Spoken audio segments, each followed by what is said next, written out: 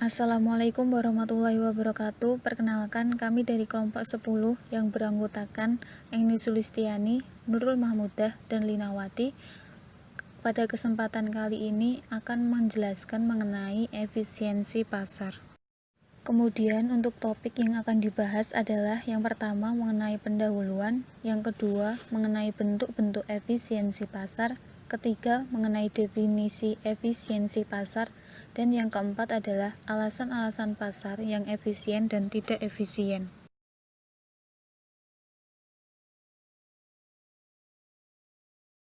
Pendahuluan.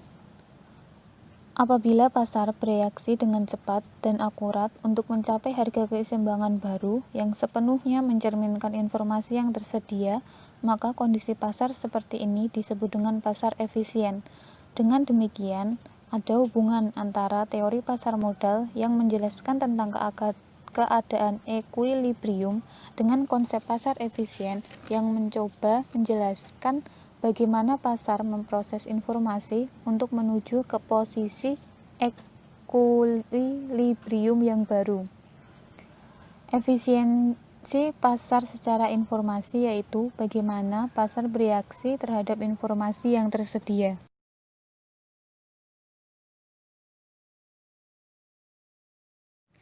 Kemudian akan lanjut kepada subbab yang kedua, yaitu mengenai bentuk-bentuk efisiensi pasar.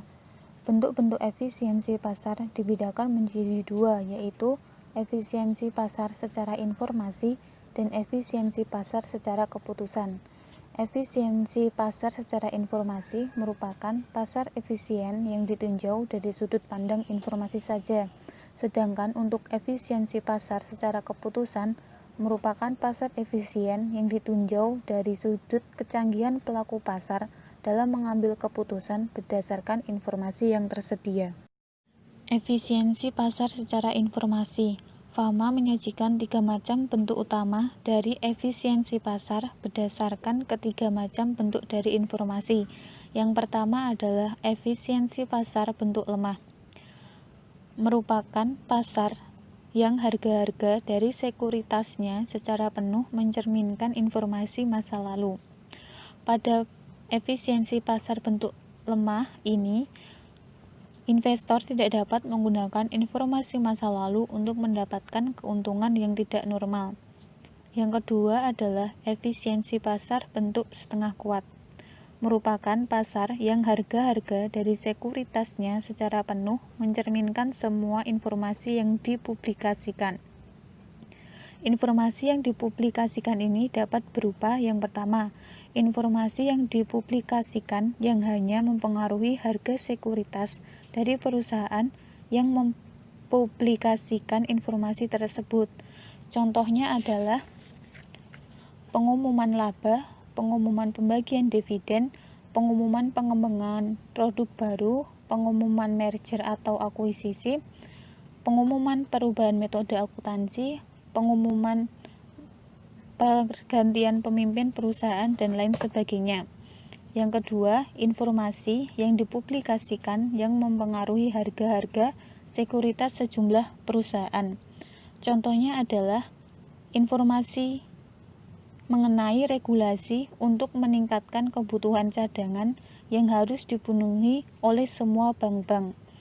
Yang ketiga adalah informasi yang dipublikasikan yang mempengaruhi harga-harga sekuritas semua perusahaan yang terdaftar di pasar saham. Contohnya adalah regulasi mengenai peraturan akuntansi untuk mencantumkan laporan arus kas yang harus dilakukan oleh semua perusahaan. Kemudian, bentuk ketiga dari efisiensi pasar secara informasi adalah efisiensi pasar bentuk kuat. Merupakan pasar yang harga-harga dari sekuritasnya secara penuh mencerminkan semua informasi termasuk informasi privat. Efisiensi pasar secara keputusan juga merupakan efisiensi pasar bentuk setengah kuat yang didasarkan pada informasi yang didistribusikan. Perbedaannya adalah efisiensi pasar secara informasi hanya mempertimbangkan sebuah faktor saja, yaitu ketersediaan informasi. Sedangkan Pada efisiensi pasar secara keputusan mempertimbangkan dua faktor, yaitu ketersediaan informasi dan kecanggihan pelaku pasar. Karena melibatkan lebih banyak faktor dalam menentukan pasar yang efisien, suatu pasar yang efisien secara keputusan merupakan efisiensi pasar bentuk setengah kuat yang lebih tinggi dibandingkan efisiensi pasar bentuk setengah kuat secara informasi. Untuk mengarah ke pasar yang efisien secara keputusan, pendidikan merupakan hal yang mutlak untuk membuat pelaku pasar menjadi canggih.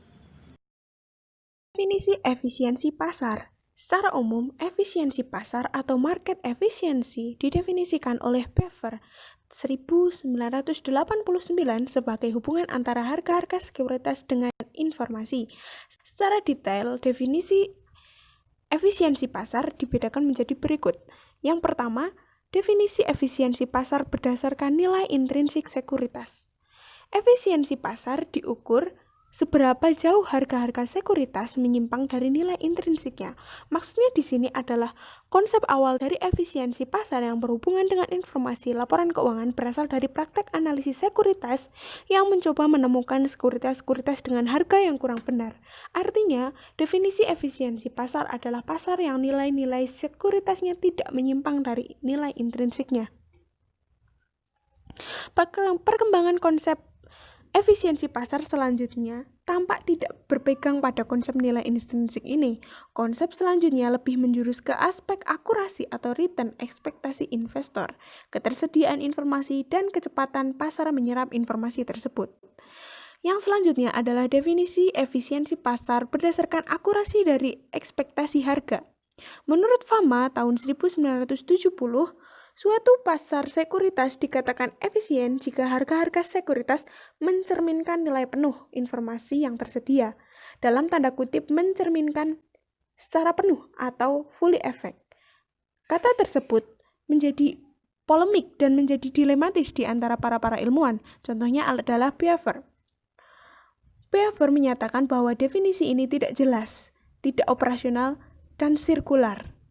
Kemudian, Dickman dan Morse tahun 1986 juga menyatakan bahwa istilah fully reflect atau mencerminkan secara penuh juga tidak jelas. Harga dari sekuritas berubah karena adanya perubahan kepercayaan oleh investor akibat adanya informasi yang baru. Karena ada polemik tidak menyetujui definisi menurut Fama, akibat dari sekian banyak kekurangan, maka Fama memutuskan untuk menambahkan benchmark. Benchmark yang digunakan Fama adalah model equilibrium untuk menganalisis atau menguji hipotesis pasar efisien menurut definisinya. Ketika tidak menggunakan model equilibrium, maka definisi menurut Fama tidak dapat diuji. Dan yang selanjutnya adalah definisi efisiensi pasar berdasarkan distribusi informasi. Menurut Pfeffer, pasar dikatakan efisien terhadap suatu sistem informasi jika harga sekuritas bertindak seakan-akan setiap orang mengamati sistem informasi tersebut.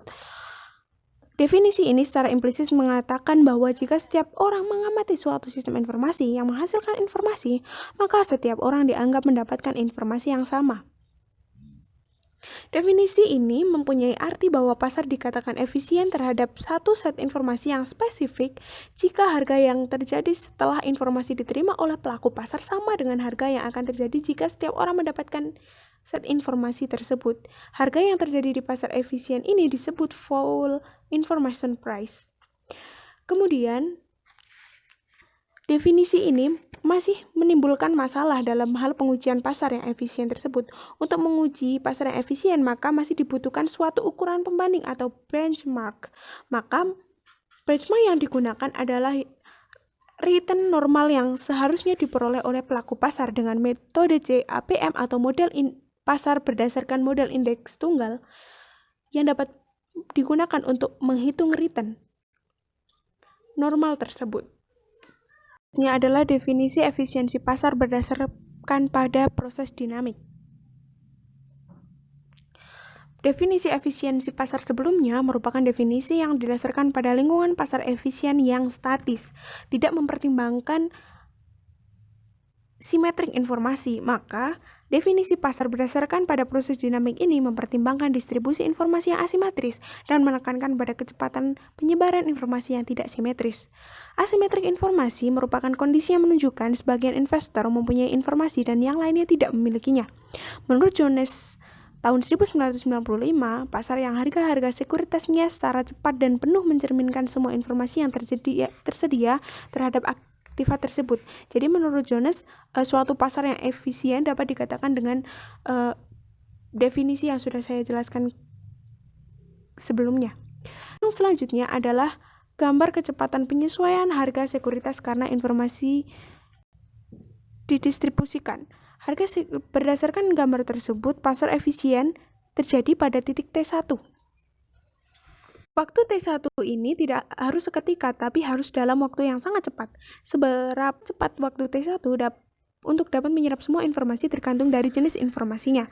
Yang selanjutnya, pasar dikatakan tidak efisien jika berkecepatan penyesuaian cukup lama, yaitu pada titik T2.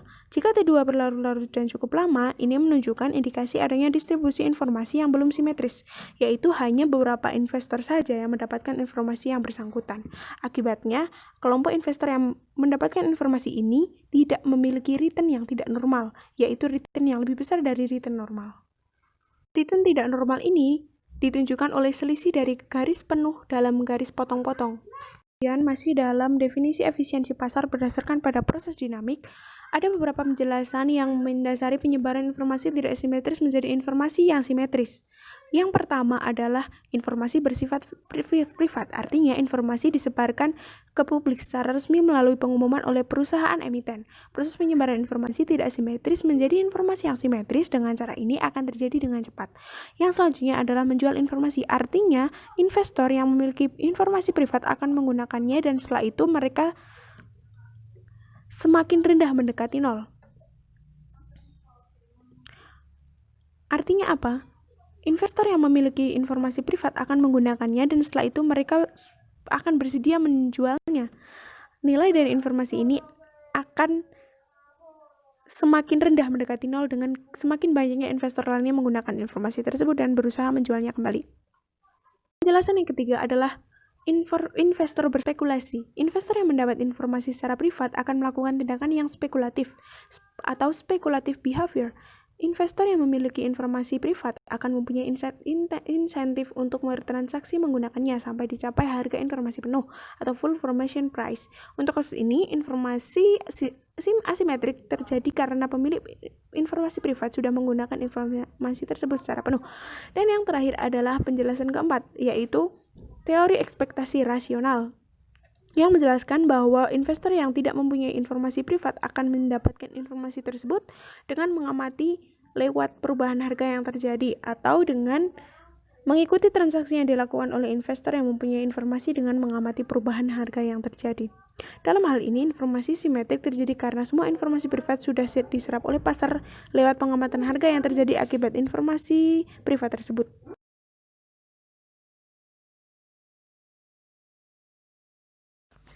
Ada beberapa alasan yang bisa menyebabkan pasar menjadi efisien dan tidak efisien. Pasar efisien bisa terjadi karena 4 alasan. Yang pertama, investor adalah penerima harga atau price taker. Artinya, sebagai pelaku pasar, investor seorang diri tidak bisa mempengaruhi harga dari suatu sekuritas. Harga dari suatu sekuritas ditentukan oleh banyak investor yang menentukan demand dan supply.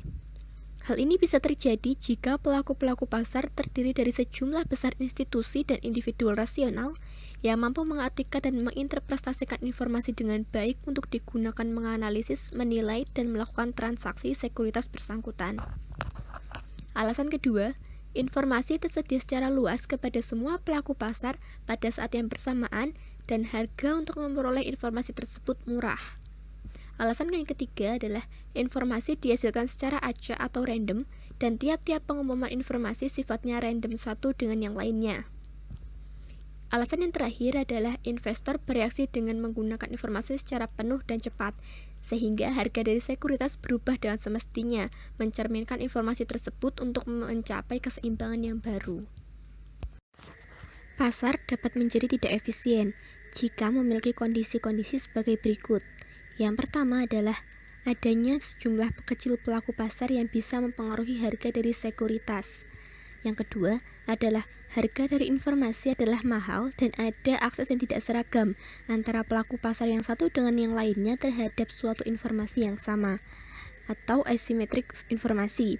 Kondisi ini terjadi jika penyebaran informasi tidak merata, sehingga ada sebagian pelaku yang memiliki informasi tepat waktu, ada pula pelaku pasar yang memiliki informasi terlambat, ataupun pelaku pasar yang tidak memiliki informasi sama sekali. Kemungkinan kondisi ini terjadi karena pemilik informasi memang tidak berniat atau sengaja untuk menyebarkan informasi untuk kepentingan mereka sendiri. Kondisi yang ketiga adalah informasi yang disebarkan dapat diprediksi dengan baik oleh sebagian pelaku-pelaku pasar. Dan kondisi yang terakhir adalah adalah individual yang lugas atau naive investor, dan investor adalah investor yang tidak canggih atau unsophisticated investor. Sekian pemaparan kami mengenai materi efisiensi pasar. Terima kasih atas perhatian dan waktunya. Sampai jumpa di lain materi. Wassalamualaikum warahmatullahi wabarakatuh.